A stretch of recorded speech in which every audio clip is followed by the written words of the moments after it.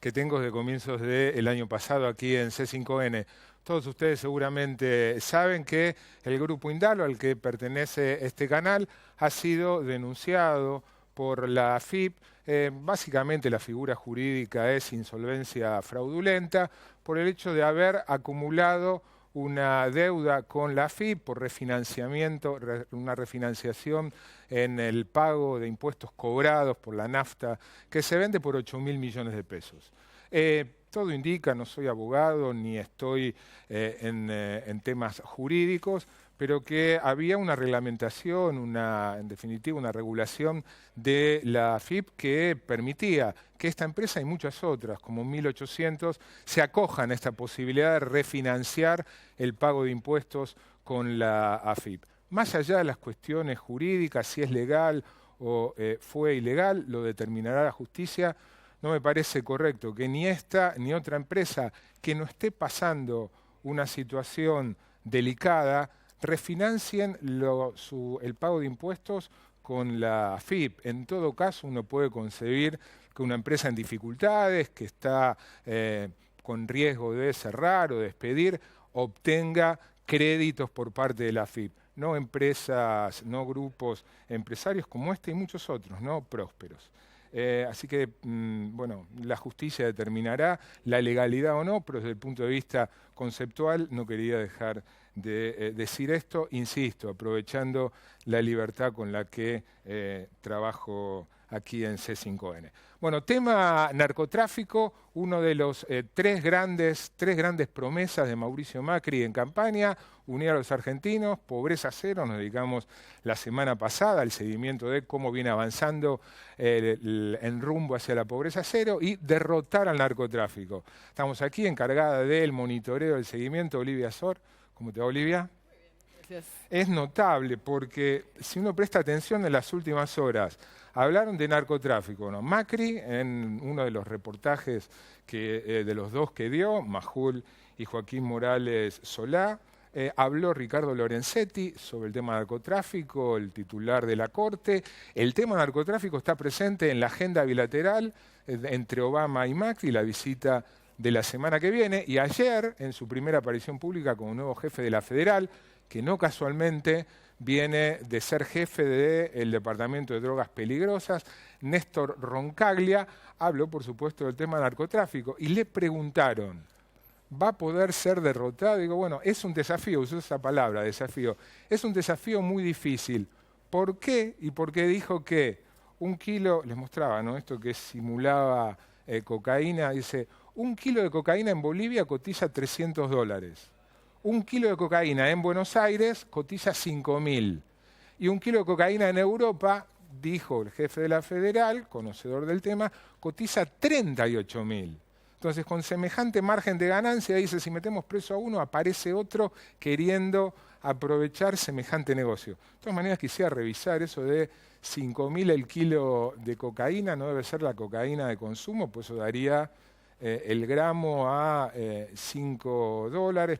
Parece muy barato. Pero bueno, más allá de eso, tema narcotráfico, y Olivia tiene un diagnóstico que ahora cuando lo vean, el diagnóstico de la situación es, creo, peor de lo que seguramente muchos de ustedes tienen en mente. Olivia. ¿Qué tal? Así es. Cuando ves los datos de cómo está la situación hoy, la verdad es que son bastante impactantes. Mirás, por ejemplo, la cantidad de causas que se inician por cuestiones ligadas al narcotráfico, a la venta de drogas, y en 3 años se acumularon casi 40.000 causas iniciadas por este tipo de delitos. Presten atención, ¿no? 40.000 causas por temas de narcotráfico. Algunas son por tenencia para consumo personal, no. No, algunas son por tenencia simple, por tenencia para comercio o directamente por comerciar drogas. Supongamos que la mitad, que solo la mitad sea por mulas o narcotráfico de nivel delictivo peligroso. Serían 20.000. Es un ejército realmente de gente vinculada a este negocio.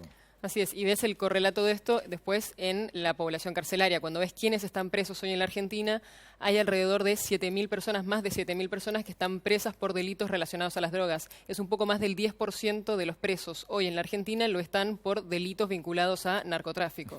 Ahí seguramente la proporción se invierte, ¿no es cierto?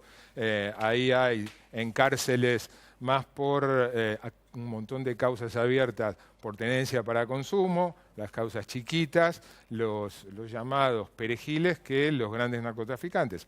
Hay algunos, ha habido algunos operativos exitosos, pero no es lo que predomina. Así es. ¿Qué más en el diagnóstico? Cuando ves cuál es el mercado, hablabas recién del precio de la cocaína, cómo es el mercado interno de la Argentina, aparte de estas causas, por supuesto, están ligadas a el tránsito de la droga por la Argentina para salir hacia otros destinos como Europa, por ejemplo, pero también hay una parte que se queda en el país y que los números son bastante impresionantes. Son, por supuesto, estimaciones, no hay números exactos de esto porque viene de encuestas, pero habría alrededor de 250.000 usuarios que utilizan cocaína de manera anual, digamos, por año consumen cocaína. Eso te da un mercado interno, según las estimaciones que se pueden conseguir, de alrededor de 270 millones de dólares en la Argentina de cocaína. Hay un muy buen libro que acaba de editarse, que es donde vos tomaste estos datos, ¿no?, de consumo, drogas, narcotráfico y poder en América Latina, para los interesados en el tema. Marcelo Bergman es el autor. 250.000 consumidores de cocaína. Sí, estos números, digamos, son los mínimos porque es la gente que dicen las encuestas que consume cocaína una vez al año por lo menos, digamos. En marihuana también tenemos los mínimos y serían alrededor de 800.000 usuarios los que hay de marihuana con un mercado de 172 millones de dólares. Sumamos, ¿no?, entre cocaína y marihuana solamente, a eso hay que sumarle las drogas de diseño, cada vez más consumidas. Tenemos más de 400 millones solo de dólares, y dólares a 15 que cerró hoy, dólares nada más que entre cocaína y marihuana. Bueno, vayamos ahora al seguimiento. ¿Cómo nos prometía Mauricio Macri en campaña que iba a derrotar al narcotráfico? Es imposible derrotar al narcotráfico, pero bueno, concedámosle como promesa, derrotar al narcotráfico, combatir el narcotráfico. Alguna de las principales medidas que propuso durante la campaña fue crear una agencia contra el crimen organizado que juntase a especialistas de distintas áreas y que tuviese mucho mejor inteligencia, mucho mejor información para trabajar después con las distintas fuerzas de seguridad. Prometió también mayor control fronterizo y radares alrededor de toda la frontera argentina, reformar la Cedronar, que es la secretaría que está a cargo de la lucha contra el narcotráfico y también del lado de las adicciones, y un plan de prevención similar al que se implementó durante la gestión de Mauricio Macri en la ciudad. Eso es lo prometido. ¿Y qué es lo, en estos casi 100 días, qué es lo realizado o los avances en alguno de los puntos de campaña? Lo más fuerte fue el decreto que declaró la emergencia en seguridad, que entre las cosas que permite es, por ejemplo, que se implemente la ley de derribo, esta famosa ley que permite que luego de cumplirse un protocolo pueda derribarse un avión en caso de que haya, digamos, sospechas muy fuertes o certeza de que está involucrado en algún tipo de tráfico de drogas. Tan polémica, ¿no?, para algunos que la asocian, la asimilan a una pena de muerte sin juicio previo. Exactamente. La radarización de la frontera norte fue una de las cosas que se anunciaron en el decreto. No hay todavía publicación en el boletín oficial, al menos, de la compra de esos radares, pero sí está anunciado que se va a hacer. Se puede convocar a personal retirado, se le puede asignar más presupuesto al área de seguridad y se pueden hacer compras y contrataciones de manera urgente, lo cual quiere decir que no tienen que pasar necesariamente por una licitación, sino que pueden hacerlo a través de procedimientos que son más rápidos y, por lo tanto, menos transparentes también. Esa es una objeción que siempre se le hace a las leyes de emergencia, que quitan ciertos pasos que tienen que tener las compras públicas, ¿no? Permiten, bajo la figura de emergencia, comprar sin licitación, sin concurso, con los riesgos que eso conlleva. ¿Y en tema de Cedronar? En tema de Cedronar, lo que se hizo fue sacar el control de los precursores químicos que estaba hasta ahora en la Cedronar, que son elementos químicos que permiten la fabricación de drogas, y pasarlo al Ministerio de Seguridad, con la idea de separar, digamos, la parte del tratamiento de adicciones y el consumo de drogas que queda en manos de la Cedronar de la parte del control del tráfico que queda en manos del Ministerio de Seguridad. Consultamos a dos especialistas en seguridad. Primero vamos a escuchar y a ver a la exministra vamos a escuchar a la exministra de Seguridad un poco haciendo una primera evaluación sobre cómo está avanzando esta lucha contra el narcotráfico del gobierno de Macri. Nilda Garré. Las medidas del gobierno en materia de seguridad de narcotráfico han sido muy pocas y además en general inadecuadas, ruidosas pero inadecuadas. La más ostensible es la declaración de la emergencia en seguridad. Evidentemente nuestro país, para ser realistas, a mí me extraña que la ministra de Seguridad no hable de las medidas que están más a su alcance, que son inmediatas, que en primer lugar pasan por una síntesis de todos los elementos estadísticos, poder reunir la información de todos los juzgados federales del país. Acá no hay ni siquiera todavía una coordinación. Yo estoy presentando un proyecto sobre ese tema, lo vimos con el tema de los 3 fugados estos, que no hay ni siquiera un mecanismo de coordinación entre las fuerzas que pueda unificar un poco los criterios para una investigación. No hay control político de las fuerzas. Y sin control político de las fuerzas es como luchar con un fantasma, luchar contra el narcotráfico. No hay depuración de las fuerzas. Nosotros sabemos todos, hasta un niño que ve la televisión sabe que la policía, sectores de la policía, no podemos generalizar, pero sectores significativos de las policías y de las fuerzas de seguridad federales y también provinciales están muy comprometidos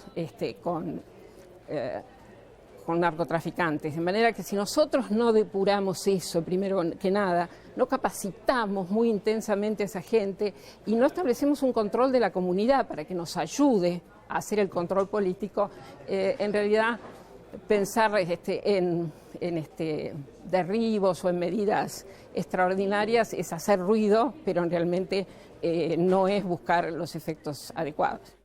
El único organismo que concentra el cuadro de situación real de la problemática del narcotráfico es la DEA norteamericana. Y la DEA norteamericana hoy es el órgano rector en materia de control del narcotráfico. Entonces, uno de los deseos históricos de la DEA es que la Argentina no cuente con una DEA criolla, que la Argentina no cuente con un órgano de control de criminalidad organizada, con un dispositivo propio de inteligencia. El principal problema en la Argentina y es que se han estructurado mercados en las grandes urbes de nuestro país, mercados minoristas, muy complejos, diversificados, expandidos, en gran medida para proveer drogas que no se producen dentro del país, algunas se terminan dentro del país en laboratorios.